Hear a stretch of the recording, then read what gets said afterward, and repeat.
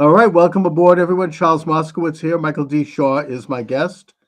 Mike, you just as you are rolling on the air here, you posted a superb article on Thank your you. Substack, "Running Out of Victims: The Decline of the Democratic Party," where you trace the whole social justice victimhood edifice starting in the 1960s with the Civil Rights Act or with the Great Society and all of that. Brown versus Board of Education, actually, you note as the first major stride in that direction. And that now they basically are running out of victim groups. So give us a thumbnail on your article. Well, what I do is that most people that observe what's going on have seen how this has developed. And again, if you're of a certain age, although I guess no one is of a certain enough age to remember Woodrow Wilson, but the point is that this so-called social justice stuff has been going on for a long time. And back then, it was probably all political anyway, but at least no one could argue with the victims, right? When von Hindenburg did it back in Germany, there was people that needed uh, welfare and health coverage. Wilson was able to find various groups, but then it reached its zenith, as you say, with the Civil Rights Act, um, where the primary victim in that case was blacks, but that opened the door to an endless flood of victims. And I do note in the piece that somehow the 14th Amendment was sitting there since 1868, where in theory none of this should have been necessary.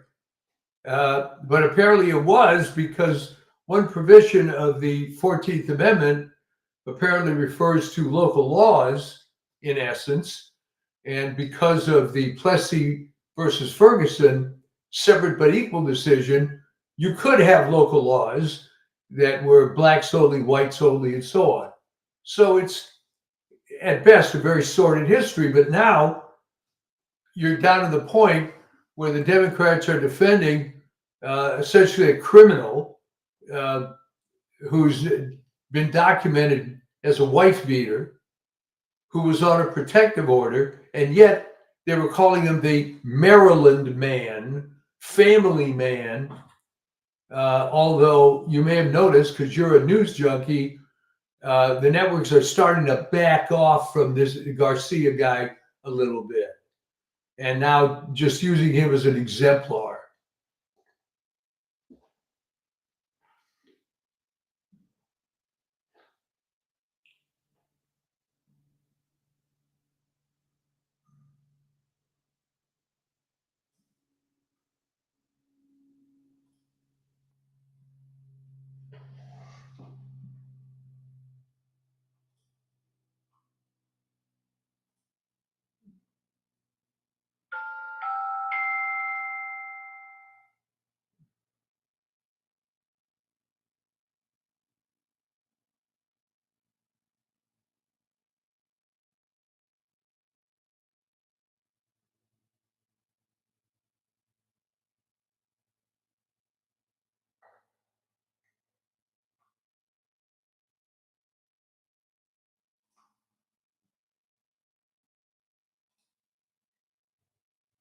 Chuck, can you check your mic?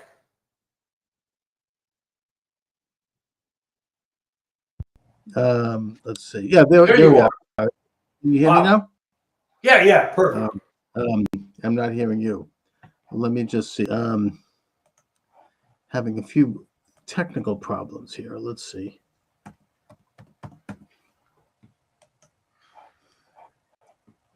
Can you hear me now, Mike? Let's Yes. see.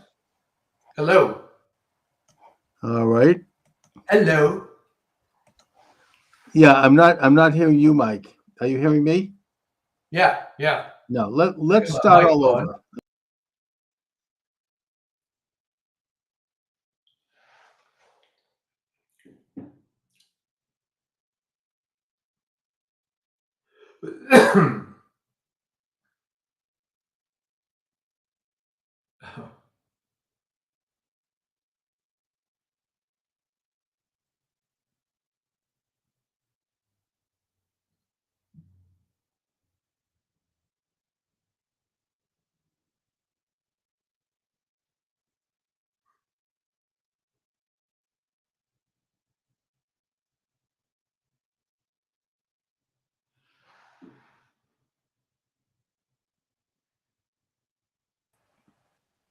Okay, can you hear me now, Mike?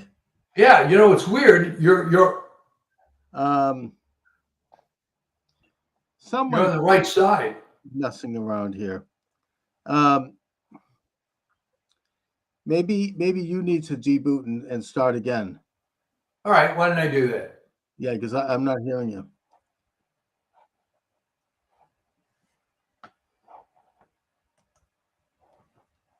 We're having a few technical problems here. Maybe it's when I start talking about law. Okay, can I hear you now? I'm not hearing you. Hello? No, I didn't say anything. Not hearing you. Let's see. All right. Oh.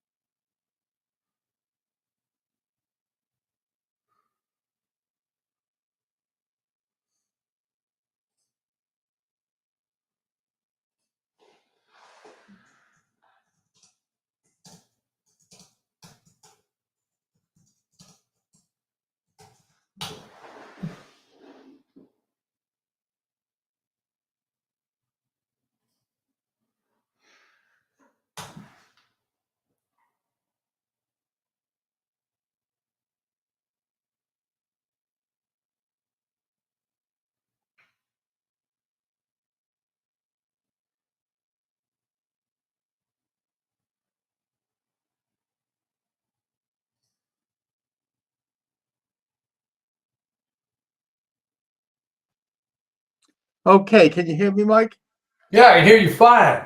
We're back. Then we're back in. I don't know what's going on, but we're having technical issues. Maybe it's when I mentioned lawfare. I don't know. But anyway, they're continuing the lawfare. What else can they do? They can't really take this because every one of his issues are winners. And so they're just continuing with suits and hundreds of suits piling on. It's not going to work, but they don't seem to understand the basic function of what I got into in the title of this program, which is that we are entering into the golden age of Trump. Everything that Trump is advocating for is basically good and is working. His domestic policy is incredible, closing down the border, um, keeping a hard line on any tax increases and actually reducing taxes on working people. You know, you talk in your article about how the Democrats posed as the champion of working people and of the poor and of the disenfranchised. Trump has completely pulled the rug out from under that. And it's now quite clear that Trump and the MAGA movement part of the Republican Party is now the party of working people. It is the party of making America's economy oriented toward manufacturing and jobs and all sorts of industry at the expense of foreign powers dumping products on this country. Right. It is it's basically taking on Wall Street in a way that the left has claimed they want to do for generations, and transferring power to Main Street. Um, yeah, I heard Secretary Bessent actually say that, and it's so true. I mean, this is what this is all about: the business of the tariffs, which is basically a tax on imports rather than taxing citizens, rather than taxing people's income, and the removing of the terrorists and the criminals is something that all Americans support. We can argue about perhaps some excesses in terms of, I don't think it's a great thing to end the green cards for Afghan refugees. I'm not happy about that. But, I think all in all, it's a program that's necessary. It is a reordering of our country to one which favors and values and gives meaning back to the concept of citizenship, which is something that Americans vastly support, minorities vastly support, or increasingly support.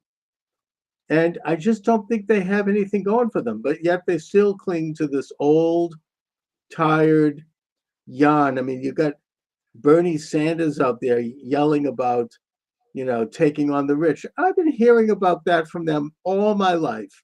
There's nothing new there. And yet it's even emptier now than ever. Oh, there's more of the rich on the Democratic side, but here's what troubles me. There was a big hue and cry in the LA area when the Dodgers went to visit Trump. All right. And it was stated many times that Harris beat Trump by 30 points in LA County. All right. So I've got to ask you, yeah, there's obviously a lot of rich people in LA County, but there's a lot more poor people and a lot more middle class people. So when are these idiots going to realize what you are saying here, that the Democrats are not the party of the little guy? They're the party of the coastal elites, Wall Street, et cetera, et cetera.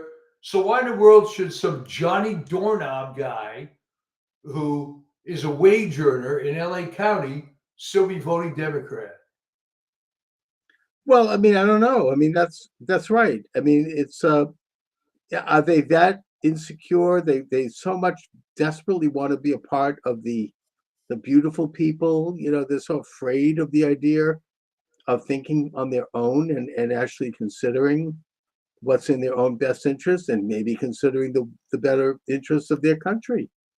I mean, it's a very strange phenomena, but yet they do. You still have these lunch bucket type people who are still like railing against Trump.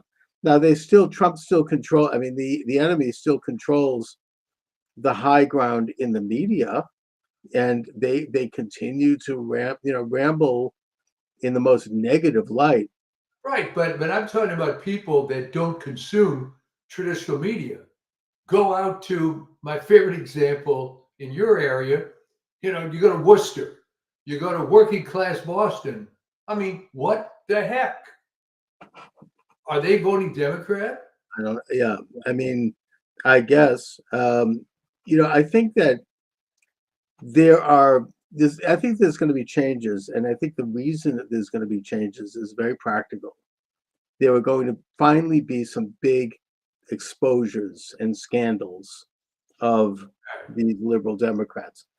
Just to talk about Massachusetts, you have a liberal Democrat governor, Healy, here, who is trying to raise taxes on just about everything that moves in a state that already is extremely expensive.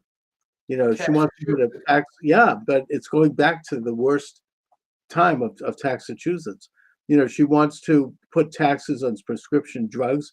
That's going to hurt working people. I mean, taxes on restaurants, taxes on cigarettes, of course. I mean, on booze. I mean, just everything. This it's all tax increases, and the state is trying to come out from under the who knows how many billions of dollars they spent on illegal aliens, 3 meals a day, housing, all of that. They've run out of money on that. And then here in Boston, and I'm only going to mention this because Jeff Cooner at WRKO has mentioned it. So I'm not just pulling this one out of the hat. It's also been mentioned in some very conservative outlets like Breitbart. Mayor Michelle Wu, who's about as left wing as they come, she got $300,000 from a Chinese businessman in Boston when she first ran for mayor, who, according to intelligence sources and according to Jeff Cooner and according to Breitbart, not me, is directly connected to the Communist Party of China, the CCP, which brings up questions not only of whether she should step down for that, but it actually brings up questions of treason. The CCP has agents in this country who are behind a lot of things. Oh yeah, but let me stop you. So what's been the reaction of the Boston man on the street? So far, the Boston Globe has completely crushed the story. No one here knows about it except for people that listen to Jeff Cooner, and that's a lot of people. And obviously, I mean, he's WRKO. I don't know if he could get in big trouble. Boston, they don't mess around. The Globe and this whole establishment. They're going to protect her and ring the wagon around her, unless, to use a Chinese expression, she loses the mandate from heaven. Chinese culture, it's very interesting. I just studied this in my history class. Chinese culture, going back to ancient times, they have this concept of the mandate from heaven, which is that the leader, the king, the emperor, whatever they called him, would have this mandate from heaven as long as everything was going okay.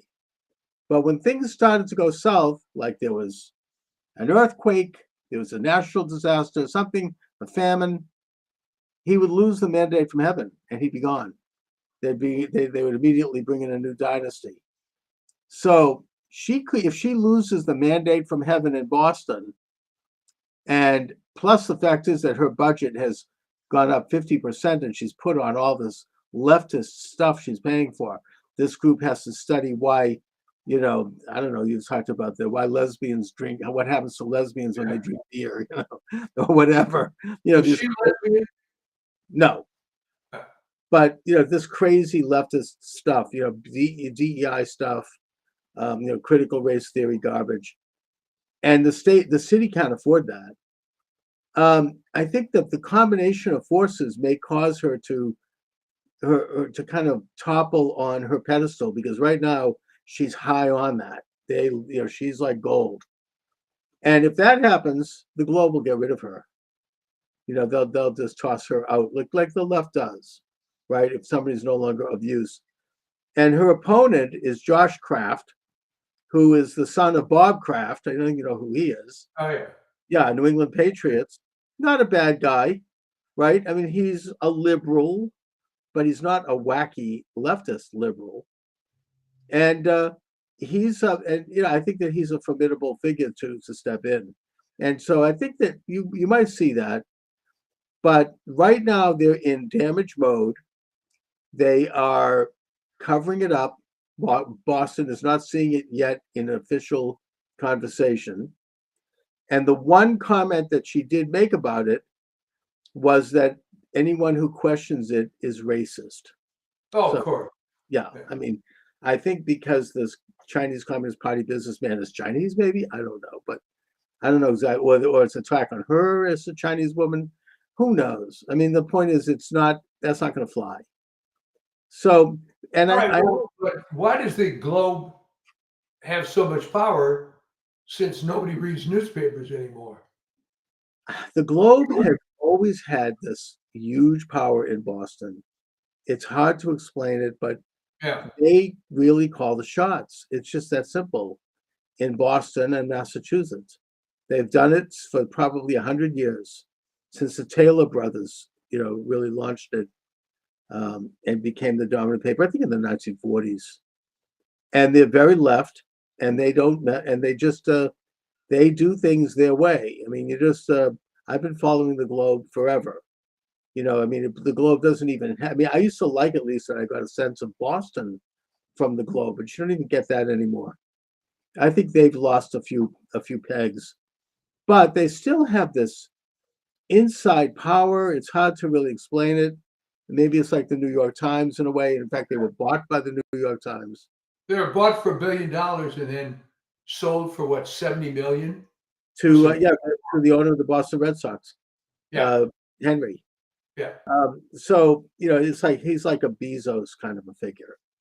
But they continue to crank it out. I mean, they're not going to let it go. But I only mentioned Michelle Wu because it's only one of what I think is going to be a bigger national issue for Democrats and for this deep state and for these hacks. They're involved in some very, very corrupt things. You have Congressman, I forget his name, Burchett or someone, who is saying that all those billions of dollars that were filtered through Ukraine, and we're talking about like 150 billion, $200 billion. And then even Zelensky has said that he doesn't even know where the money went. I mean, that's not including his mansions and his huge. I mean, he's taken a few bucks out of it, but a few. Yeah, but the point is that, according to this congressman, I'll look it up, Burchett, I think his name is, that money has filtered its way back into the pockets of Democratic politicians, Democratic organizations, and that they know it, and it's all going to come out in the coming months. And when it does, we're going to see a lot of resignations. We're going to see a lot of people just scurrying out of here. I mean, so I think that they're really going to be very damaged by so many things that they're just not going to be able to keep a lid on. And meanwhile, they've got the far left wing of the party moving up and taking over. And his hilarious comment about AOC, right? She's going to be the new face of the Democratic Party. Senator Kennedy, who is hysterical, I mean, he's great, really great quips, was asked about this in a panel discussion on Hannity's show. And he said, great, I think that she's the perfect person to head the Democratic Party. AOC is why they need to put instructions on the shampoo bottle. Yeah. I just love that. I mean, it's she's just not bright. And you've got this guy Hogg over there who is supposed to bring in young people. He's the anti-gun guy. He's spending the money. He's like funneling money to his own political action group and paying himself a fat salary. But putting that aside, he is funneling money to candidates to take on Democrat incumbents that he doesn't think are left enough. So that party is like, I think you're right. I mean, they seem to be just going the way of the dodo bird. It's not, it's not viable. And their whole race is taking a little too long for my taste. I mean, what does David Hogg bring to the table? He happened to be at the school in Florida that got shot. That was it. Okay, very critical. They think they're going to bring young votes, just like they put Kamala Harris because they thought, oh, we need a black woman. Yeah, right. That's what that's about. They just think, oh, we're going to do an appeal. It's like George H.W. Bush picking Quayle. I don't know, these are cynical political moves. It's insulting to average people. It's like, oh, good. Or even Al Gore picking a Jew. Now, I happen to think that Lieberman was a substantial senator, but nevertheless, oh, he's going to get the Jewish vote. No, it's not. It's like it's cynical politics. Speaking of the Jewish vote, Josh Shapiro, his house, that was a big story for about a day, wasn't it? His house. You noticed that too. then suddenly it's disappeared. No one wants to talk about it anymore. And they, oh, this must be a Trump person. It never is.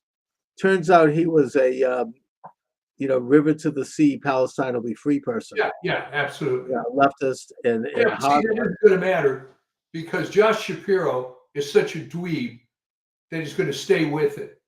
Oh, he's not going to say anything. And meanwhile, putting aside the fact that he and his entire family were almost incinerated. Yeah. Oh no, he's going to play the party game, and he's not going to talk about it. And it's all going to disappear. All get swept under the rug because it doesn't fit the narrative. The point is that I don't know if that's going to work for them in the long run. I just think there's going to be things coming out more and more about the level of corruption. They're defending these huge. I mean, first of all, the money is going to start to dry up because they're cutting off the USAID, which was a huge kind of laundering scheme for not only the American left and the Democratic Party, but for left wingers all over the world. Well, I mean, unfortunately, that's not the only one. No, I mean, virtually every single one of these social justice programs was a money laundering scheme. All right. You find, let's see, we're going to help the poor people in Appalachia. So let's see, what do? We give $1.2 billion to some NGO, and they're going to do whatever with these people. I mean, come on. We haven't solved poverty. We haven't improved any of that. Where did the money go? Oh, it's an industry. I mean, the worst example is Lee Zeldin over at the EPA has discovered, what was it, $4 billion? They call it the gold, Biden's gold bar. Toss up the Titanic, as they got someone in a conversation, I think O'Keefe, that was going to go to these 4 shadowy, environmental groups that had just been set up recently, that had like about, a few bucks in a bank account, probably at a post office. One of those groups is run by Stacey Abrams. Of course. They're getting something. They were about to get, I think it was $4 or $5 billion, and Lee Zeldin has it tied up at Chase Manhattan Bank. He can't get it back, but at least he's stopping it for now. But you have again these lawfare judges. In this case, Chutkan, who was one of the judges on the Trump, raid of Melania's underwear draw. You have her saying, "Oh, they have to distribute that money." And I think where did the notion come from? Where did it start that some lowly district judge has more power than the president? I mean, where did that concept come? Unprecedented and unconstitutional. It's the Supreme Court has that kind of power, but those local judges, they're playing president. And the worst one is this Boasberg. Yeah, he is just. I mean, I don't know why. I mean, what happens to the third branch of government, the legislature? You get these windbags. Oh, they've been DOA for the longest time. I mean, as I tend to remind people, you can watch all that footage on YouTube of Jim Jordan and others, and John Kennedy, for that matter, questioning these judicial nominees. What they don't tell you is they all get confirmed. Well, I don't know if they all do, and I don't think that a lot of them do. They're not getting confirmed now because the Republicans have the majority. But right. I don't think there's much they could have done to stop it. But at least they muddied them up. But now they're in charge. I mean, you say Jordan. I mean, he gets his fat face up on Fox News. Yeah. Where he blah blah blah. It sounds wonderful, and nothing. He does diddly squat. Congress has been a joke for how long? I mean, ever since I was a child. I mean, at least Pelosi had some spine. She would, right? I mean, I wish we could have that on our side. She would she would rip Trump to pieces, but we don't have that now. It's just nothing. There's no energy to it.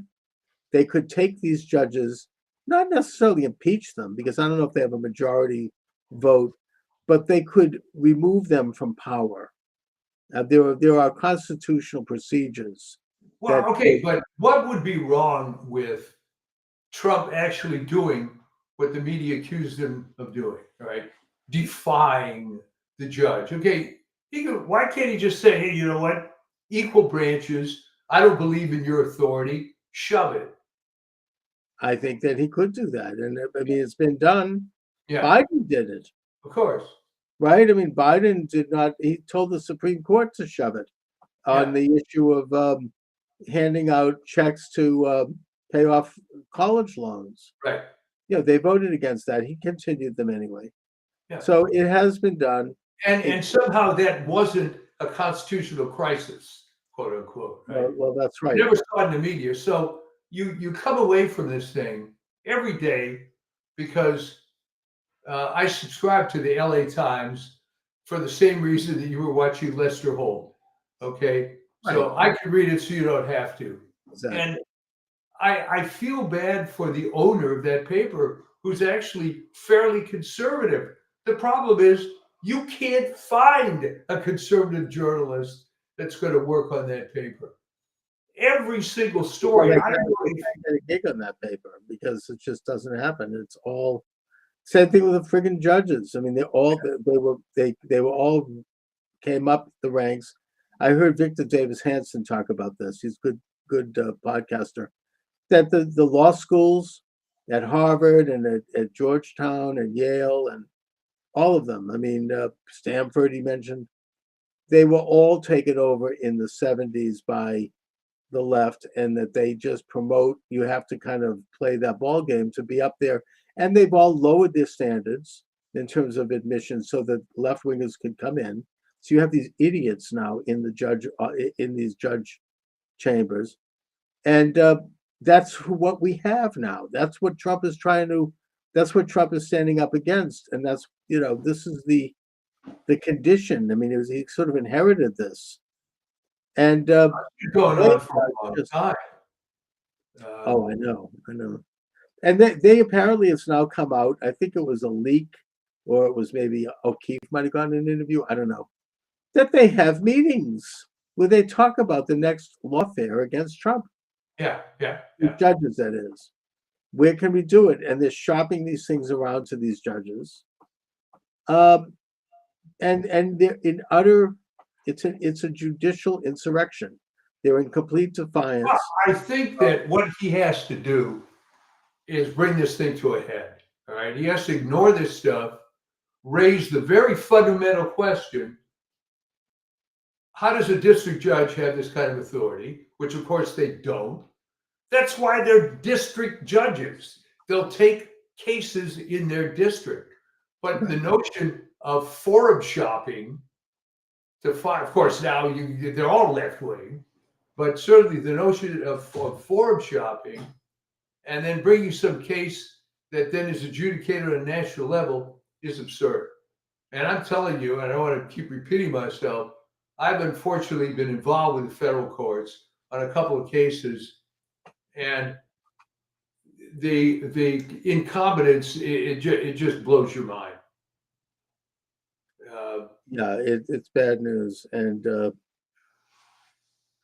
you're right. I mean, something they have to have they have to be challenged. Eventually it's all going to work out because ultimately the system works, but there's a limited amount of time. Well, that's it. They would always say when I was complaining about how the COVID thing was handled, well, science eventually proves itself. I said, well, that's great, but I don't have 200 years for the process to, run And through. Trump really needs another term in office if we're lucky enough for him to want that. I don't know how it'll happen. One proposal that I've heard, which is pretty interesting, is that J.D. Vance will be the presidential candidate, Trump vice president, and on Inauguration Day, J.D. Vance will take the oath of office and then immediately offer his paper of resignation. Trump will then be sworn in as president at that moment, right on the same day, at the same pedestal, and that he will then nominate J.D. Vance for vice president. That probably will be passed through in about a week, and he'll continue. I don't know. I mean, there's some other proposals That would be beautiful, actually. Well, that was just sort of an update of the William Henry Harrison story. But Why? What happened with William Henry Harrison? William Henry Harrison. He died about 30 days after Well, taking. no. What happened is he insisted during the inauguration speech. Apparently, it was raining. It was terrible weather, and they told him to bundle up, and he didn't do it because he wanted to look dignified. Right. So he got pneumonia and died a few days later. So But he never served. although there actually, I do a little piece on that in my book, Assassination in America. There Yeah. are questions about what happened with Yeah. Well, of course. William Henry Harrison. I'm not saying he was assassinated, but there was some things going on around him that made him unpopular with perhaps some of the same people that don't like President Trump. Let's Yeah. just put it that way. But yeah, I mean, Trump needs a full period of time to affect what he's trying to do here. This is a revolution. This is like the American Revolution.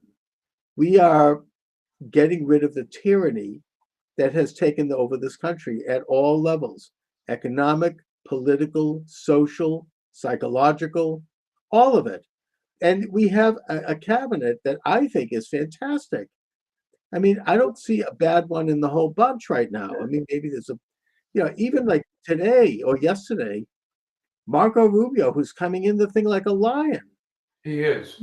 Yeah, I mean, and he was kind of he wasn't anything great in the Senate, but he's No, he's come into his own. I mean, the only one that people are complaining about a little bit, and I think with no justification, they're complaining about Pam Bondi and Kash Patel, not lining up people having in jail already.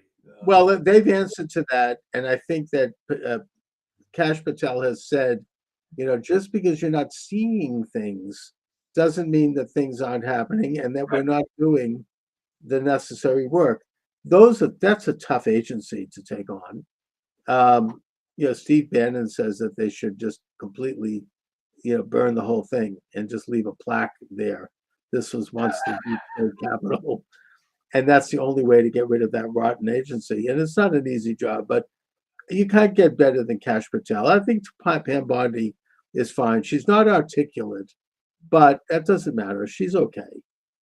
And they're all like firing with all guns. I mean, Rubio yesterday got rid of this agency that was put in there, I think during Clinton, maybe, that was supposed to like monitor terrorists, their communications, but has become a political thing, as a lot of things, where it's monitoring American citizens who are expressing conservative opinions, and is developing cyber networks that can censor people and all of it. Not only did he get rid of it, but he literally fired everyone in it completely. He just shut the whole thing utterly down. No leaves, no nothing. Just boom, over. It was almost like he's the Caudillo coming in from Spain, Yeah. So, this is incredible. This it doesn't really happen like that. It hasn't until now.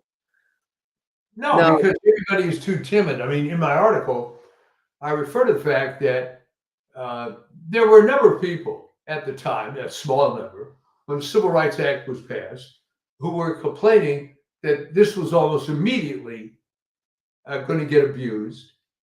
But there pretty much were no mainstream conservatives that said that, even though they agreed. They liked their political career too much. And, the real casualty of that was probably Barry Goldwater, who was much more of a civil rights guy than Lyndon Johnson ever was. I mean, that was a total joke. Right. Yeah. And I mentioned the famous quote allegedly attributed to Lyndon Johnson. Right. Yes. And it's just very, very sad how this manipulation occurs. People don't think of anything. But back then everybody did consume the media. there were only 3 networks. Only the three, and Walter Cronkite telling that's the way it is. Yeah. So yeah, now they look. I mean, the reason Trump has won is because they could not destroy the internet media, even though they intended to and they tried to, by creating this false narrative about a so-called quote unquote insurrection, Yeah. and that under that they would basically destroy thousands of websites, and then they put in that crazy woman with the Mary Poppins song who was going to be the Office of Information. Disinformation, right? Yeah, which didn't fly. So they really failed, and then Trump was able to win in spite of this huge effort to censor him and to destroy the freedom on the internet. Plus, Musk, even though there were problems with Twitter, it's a lot better. I mean, at least you can have some level of free speech. It still needs to be kind of fumigated with some of the censoring people that are still, in the like a bunch of termites in the woodwork. But for the most part, it's a lot better, and it saved American free speech. Yeah, I think so. Oh yeah. So I mean, it's they're just, and I think that they're really winning. They're fearless. They're going forward. RFK Jr. firing on all cylinders. He's not backing down on Well, questions. there's a horrible story that came out that you may have seen. That had to do with the fact that some big guy in the CDC has been dying to, formerly CDC, has been dying to report to Congress that he was forced to destroy and suppress data showing a connection between the MMR vaccine and autism back in 2014. Oh, brother. And Look, if Kennedy can take on that mess, and I think if anybody can, it's him. yeah, That is such a corrupt, rotten system. It's so filled with lies. Do you remember what was it? Jerry Trudeau is an author who wrote a pretty good book about all of this stuff. About and this is before COVID. He was put in prison. I think that he's released recently. I should try to find him and see what he's up to. But for a while. yeah, tremendous book. And I read it. This is probably about at least 5 years ago, exposing all of this rotten collusion between the medical establishment and big pharma, and how they basically were, getting immunity for themselves through Congress. They were destroying their opposition through legislation. They were gaining monopolistic positions in drugs and in medical situations, which actually was promoting sickness because that's their business and they can make more money. I mean, his book is tremendous. I should try to look him up. Great, good idea. really good guy. I hope he's okay. I know that he was, he was exposed, like the poisons being put in food. I think that a lot of the stuff Kennedy's talking about comes from his research. Well, what did they get him on? Some stupid charge. I don't know. He's got, they just were after him. He was, he had big enemies. These people don't mess around. I mean, we could talk about some other situations like that where you cross, it's like you don't mess with, the Rockefeller, business, medical business, position. Those people, they'll do whatever they need to do. I mean, there's big money involved there. So I mean, I'd have to look into it. Just thought of him recently.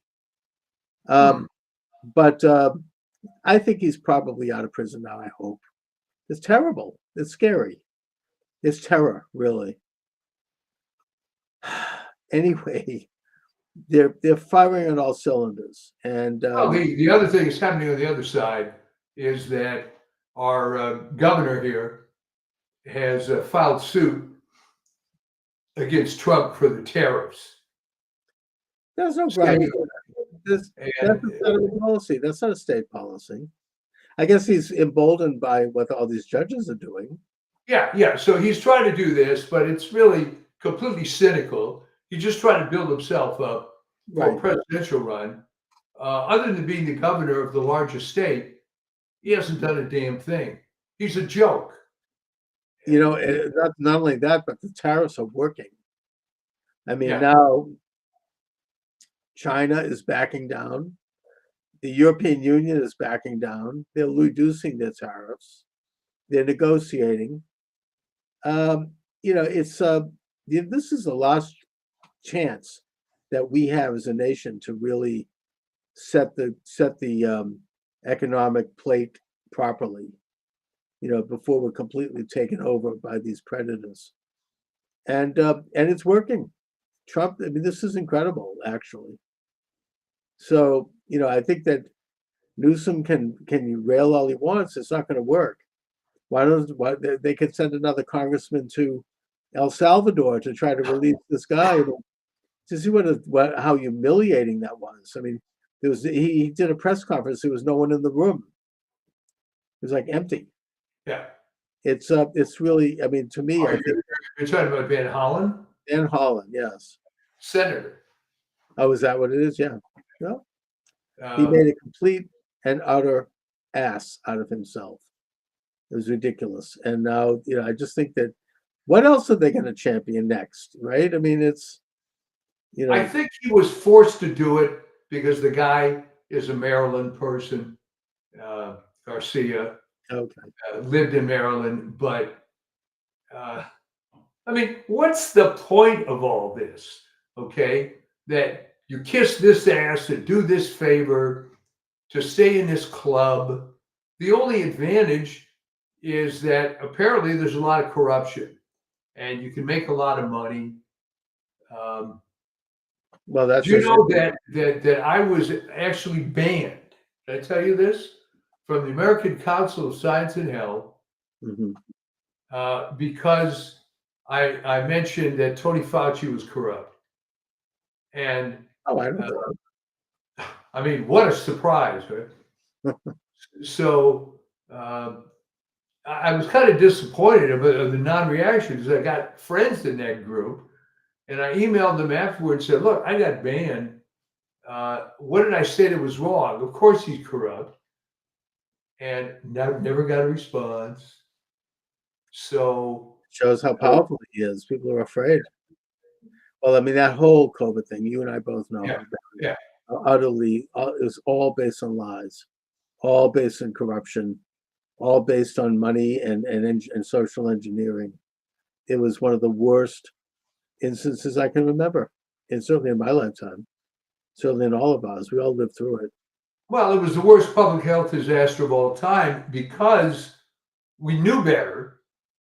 It's not like when people were dying of the Black Plague and we had no technology. They knew exactly what to do, and they didn't. Uh, it was, and they still are probably never going to talk about this for the next 50 years. It just is. And it's still such a hot potato politically to talk Yeah, about yeah. that I still can't mention this to people. You cannot criticize COVID or the vaccine, and there's still people walking around with a mask. It's because they were so. I think people were so traumatized by the way this was done in the media and the way the media deliberately got on board with this that it was a social experiment in that way. Yeah. How can we scare the crap out of the whole country and can we get results? It's kind of like in the early 20th century, the Carnegie Center for International Peace, set up by Andrew Carnegie, who was an internationalist and he didn't believe in governments. He wanted a world order. Very open about that. Did some good things in terms of setting up libraries around the country and cultural institutions. But this Carnegie Institute, they held meetings because they were trying to ask, how can we create world socialism? How can we get the United States to give up its whole social milieu? I mean, its whole culture of freedom and independence and sovereignty and rights coming from God and not the state. and the rest of the world. And they came to the conclusion after a year of meeting that the answer was World War, and that this meetings took place about 2 years before the outbreak of World War One. Right. They also talked about creating, private banking all over the world as being in control of all the currencies. It was only a year after that that the Federal Reserve Act was passed in Washington and signed by Wilson on Christmas Eve when everybody was out of town. So, this is what the COVID thing was. It was today's version of that. How can we get Americans to give up all of their freedom through Did fear? it depress you how the alacrity with which so many Americans were so willing to give up their freedom? Well, at first I got it, even though I never bought into it.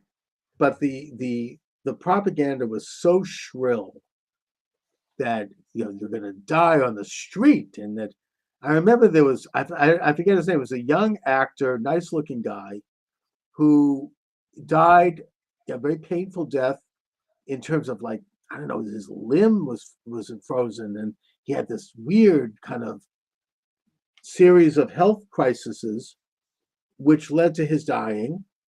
And they said, "This is COVID. This is what's going to happen." Yeah. There was other stories like that were given high profile in the news, and it just scared the crap out of everyone.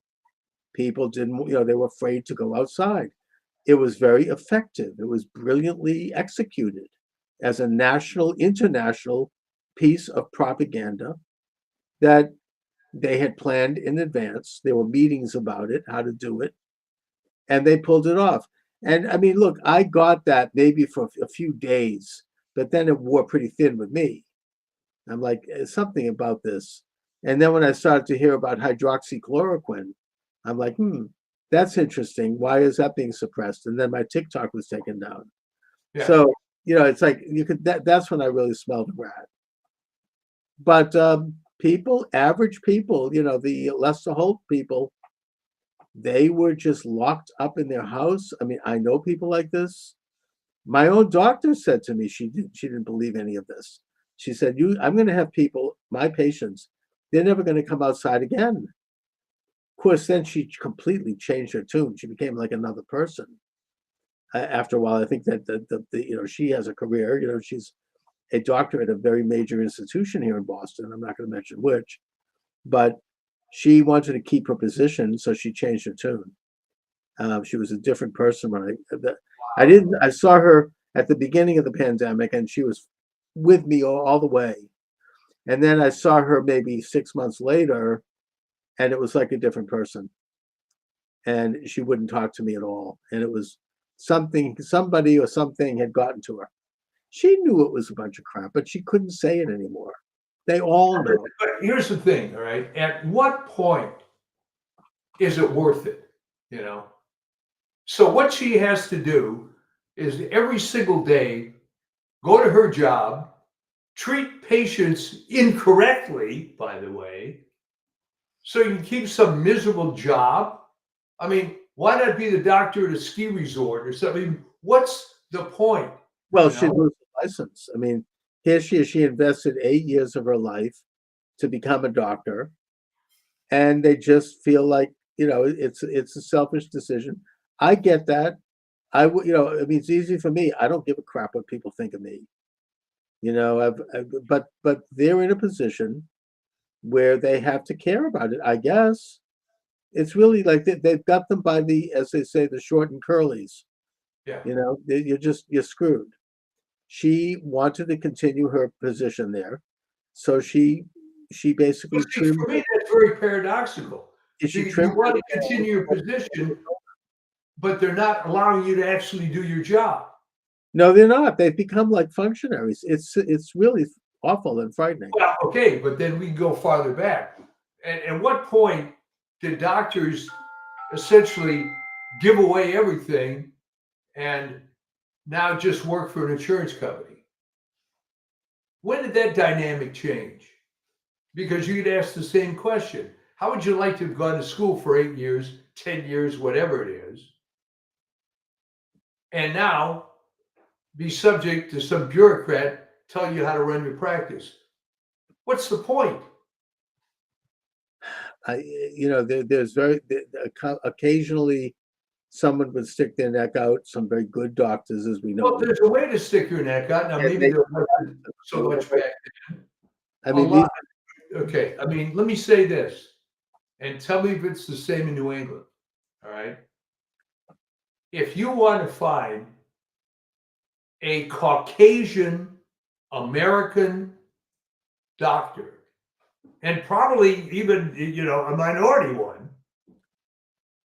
that was born here, you're going to have to go concierge. probably. I've noticed this. A lot of them are Indian, actually. Yeah. So there was that option, and before concierge came in, they called it a different name. But so there were ways out for these people. But if this person you're talking about is with some larger group, then yeah, they don't have the freedom. No. And it's And but see, she doesn't have the wherewithal to take on the establishment. It's just that simple. I mean, it's not that she agrees with them. She doesn't, but she's not going to put her neck out. She's got her career. She's got her yeah. family. She's the mother of young children. She's just not strong enough or principled enough, frankly, Yeah. to do that. And she knows it, and I know it, and she knows I know. But what can you do? And we don't talk about it anymore, and that's that. This is where we are as a nation. I mean, it's a great reflection. And of course, that's why they despise and fear Trump. He's a truth teller. He may exaggerate on stupid things, but on the real stuff, he tells the truth. And they fear that. Well, killing how many people is worth keeping your career? And then what is anybody's complaint against Joseph Mengele? Well, there have been some very courageous and great doctors who have blown the whistle, Yeah. as we know, people like Peter McCullough and Robert Malone and others who are among America's most respected doctors. And look what's happened to them. They've been attacked. They've been threatened. Well, see, this is what I truly don't understand. Why is there any credibility of CDC, NIH, or FDA anymore? All right. How many free passes are they supposed to get? But I was saying this during COVID. I wrote this same sentence 3 or 4 times. All right. Why should we believe a single thing they say? And the only conclusion I could come up with is people are so browbeaten by authority from the time they are in kindergarten that it doesn't matter. It doesn't matter how many times teacher is wrong. They're going to keep respecting authority until they die. Yeah. There is, there's a sociological term for this. I'm not sure what it is, but yes, people who assume authority positions, they study how to do that, and they do it. And it's almost like a sort of a state of semi-hypnosis. People accept it no matter what, and they turn a blind eye, literally, to what's going on. It's just it's breaking that hologram, if you will, breaking the matrix. Blue pill, red pill, right? I mean, it's just that simple, and it's happening. I don't think the CDC could do this today. I think enough people are woken up to it, and I think progress has been made in that way. Well, that's good. Anyways, but great article, Mike. Well, thank you. And onward and upward, right? That's right. That's right. It's So all, we have a big weekend with yeah. the Easter Triduum for all those Catholics out there and others that celebrate Easter. Yes. And this was our Holy Thursday show that we're having now. Indeed. So, God we will bless. see you. What is the significance of Holy Thursday? Well, it's all part of what they call the Triduum. Um, you're talking about the Last Supper, and followed by Good Friday, Right. and then Holy Saturday, where actually the most solemn Mass of all is the Vigil Mass, which is Saturday evening. Wow. Yeah, which is kind of a big deal. We're taking one of the grandkids to it, but Nice. yeah, and then Well, it's a time for, yeah, I suppose it's the equivalent in Judaism of the high holidays. yeah, It's a yeah, time to atone for your life, to look at your sins, as it were, to try to, heaven opens up and you try to make atonement. In Judaism, it's not enough to ask forgiveness for sin. You have to do something. You don't just ask for forgiveness. Then you you kind of make recompense. You have to pay money, or you have to do work, or you have to go to prison, or you have to do something to, it requires action. It's not just asking for forgiveness. right. And I always thought that was interesting as an approach. It was like when Bill Clinton, he did his "I Forgive Me" tour. Fine, we forgive you. Now resign. Yeah, It's like there's consequences. well, evidently not. He No, that kind of goes against the modern ethos. Now you just have to go out and throw out a few slogans and you're done with it. There's no well, action. you got to hand it to the guy. He based his career on Franklin Roosevelt, right? He married an ugly woman to prove somehow that he was credible, and he had any number of affairs on the side. Right. Uh, and at least, but he wasn't quite as good at it as FDR, because FDR had to have help in these affairs Right. because of his disability. But there you go. Right. American. It does seem to have been a pattern. That was Yeah. sad. Anyways, but Mike, I'll talk to you next week. All right, we will